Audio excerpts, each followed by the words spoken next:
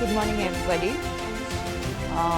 Like everybody said, it's quite stressful to be in between a lot of principals. I'm still stressful, so it's quite daunting because it was always kept to be that. But I think I know now things are different, and I also can tell you how a teacher can change life. At least in my case, I had a teacher in grade 5, I think, who taught me how to talk in public, which probably is helping me today.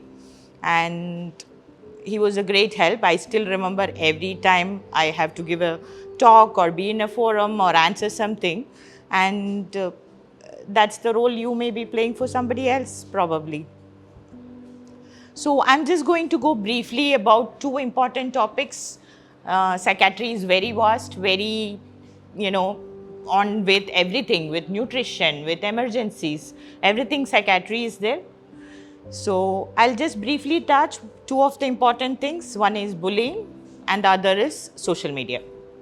These are the real problems now. At least I get to see also from a lot of parents who are meeting me in clinics and sometimes in interaction sessions like this. These are the area. So initially I will just give you a brief about childhood and adolescence. See, they are clean slate. You know that. You can write whatever you want. They are beginning. So it depends on what you write. That's what going to be, how your child is going to be. So who gets to write? We always say it's a clean slate. Sometimes we say it's parents. Sometimes we say it's teachers. Sometimes we say it's somebody else. Actually, when you see at present, it's a lot of peers. They're same age. We want to be friends with, same class. And then comes the parents and the teachers. And now it's social media who writes a lot of things in the slate. So these are the stakeholders when we look into kids. And coming to what are the characteristics, when we talk about a child, they're very dependent. From small age, they're very dependent on their parents, the teachers, their friends. They don't have the concept of time, money, shelter. All this is very dependent. So their self-confidence is also very dependent on these stakeholders at that point. Another thing is they are very vulnerable. Any changes or anything happening around them, even if you think, oh my God, they are not aware of it, they are. You all know that we were aware of it when we were a child, they are also aware of it. So they are very vulnerable. These both are not really good when we think about the development, but the best quality is they are very resilient. They can get up, they heal faster, they respond faster, depending on the support you give, they are very resilient. So not everything is not bad in that. Coming to different ages, if you see early childhood, they are just growing. They know what is social awareness. They're just developing thinking. They're developing reasoning. But as you go through, in middle childhood, abstract learning is starting. And early adolescence, they now are going into more abstract thinking. And finally, when you come to late adolescent, now they are fully aware. They have an independent wishes. They want to be independently doing things. They have their future. They're thinking about colleges. They're thinking about things. So it changes from dependent to independent. When they are changing, we also need to change. You can't have same strategy for 3-year-old versus 15-year-old. Now I'm just going into two specific topics. I thought it's a forum and we can discuss. What is bullying? It is an unwanted aggressive behavior that involves a real or a perceived power play or a power imbalance. The behavior is repeated sometimes and it can also cause, it is repeated over time and cause potential damage to the child. There is generally always a power imbalance. It can be number of followers. I have 10,000, you have only 5,000. That's again, there is an imbalance. It can be the smartest kids in the class versus non-smart ones, or maybe the one who is best in sports versus not so good in sports. So it can be any way. Sometimes it is repeated. There is an intent to harm, reduce the confidence, increase the vulnerability, and finally there is an ongoing fear or intimidation in the process. So it can be physical, like you said, it can be verbal, it can be in groups, and sometimes the most common is cyberbullying.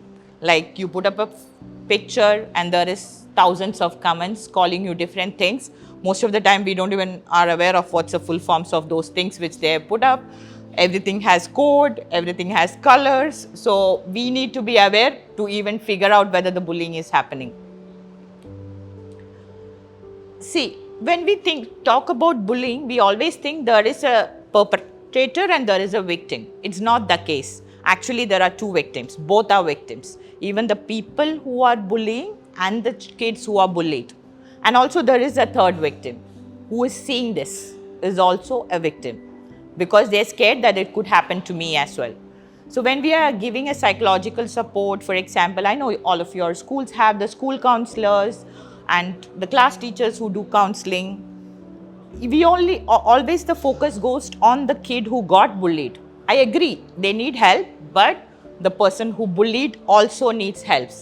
If you could remember one thing, this will be one thing I would like you to remember, that both are victims and the bystanders are also victims.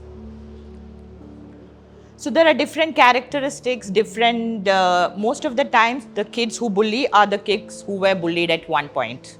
So they are more likely also having similar problems and similar difficulties, health complaints. They might be having very non-specific complaint. I know pediatrics will be dealing with those complaints and eventually it turns out and comes that bullying is the cause. We'll be taking to different hospitals, there is no answers why pain is there, why headache is there, but eventually it can turn out to be bullying. Even for the bystanders in the case is other kids in the class who is not bullied, who is not bullying, but they can get the fear. What if this happens to me? What if I am in this situation? So they also, if an incident has happened, if you are doing certain measures directed at that incident, it has to include the whole class. Then only it's going to be prevented for future. Coming to what can you do? I know all of you have very clear policies. Talk about the policies. Not having policies not enough. Talk about it. Give examples. Do a role play in the class. This helps more than just having the policy available. Increase their skills, social skills, emotional skills. You can do skills training. I know many of our academic activities are based on the skills training. Also increasing the involvement of inclusion team or in the curriculum there is SEND curriculum and everything. Next is there should be a community. In community, not just teachers, not just the students, not just the staff, even the parents needs to be actively involved. It can happen not just at home, it can happen at school, at bus, at playgrounds. So you have to have, you're a physical education teacher, doesn't mean that you don't need to get training for bullying. You need to get training for emotional support. You need to get training to identify this. And again, supervision is the one solution which is not possible 100 times, but to do it for the maximum. Now coming to other thing, communicate. Tell them this can happen, these are the situations can happen, and always collaborate with parents. Anticipate. Always, it's not like bullying happened and then we'll do something. No, it can happen. Avoiding bullying, like doctor said, is impossible. It is going to happen, so what do we do? Next is respond. In response, I think one thing I would also want to establish here is how do you maintain confidentiality for such a thing? Kids always I didn't go to the counselor because if I enter the counselor's room, all of my classmates can see. So what can we do? How can they reach the counselor without losing the confidentiality? These are the challenges when we address these kind of situations. Coming to, I've only briefly touched it, it's a vast topic. Coming to the most recent or last 10 years biggest problem is internet, social media and children. Not completely a problem. I remember when I was in school, they used to talk similarly regarding television. Benefits of television, demerits of television. So now it's more of social media. They are better than us in social media. They know which app is there. They know which newer things are there, how you can communicate, how you can delete, how you can keep the communication incognito. They are the masters, so we need to learn more from them. So those are the things we need to start with. So if you're going, there are benefits, educational benefits, social connection, creative expressions, all that's a benefit. But cyberbullying is the biggest problem. And also social comparison. What I have the new iPad, I have the new this thing. It all can be made aware through social comparison can happen. And lot of privacy concerns. People put their private details with school. Even parents, I know like a lot of parents puts their school's name, what time is the bus, what time is the child getting back. These are a lot of private information available for anybody to access. So these are the issues coming to it. Cyberbullying, again, going back into it, it is always happening. It doesn't have a switch on time, switch off time.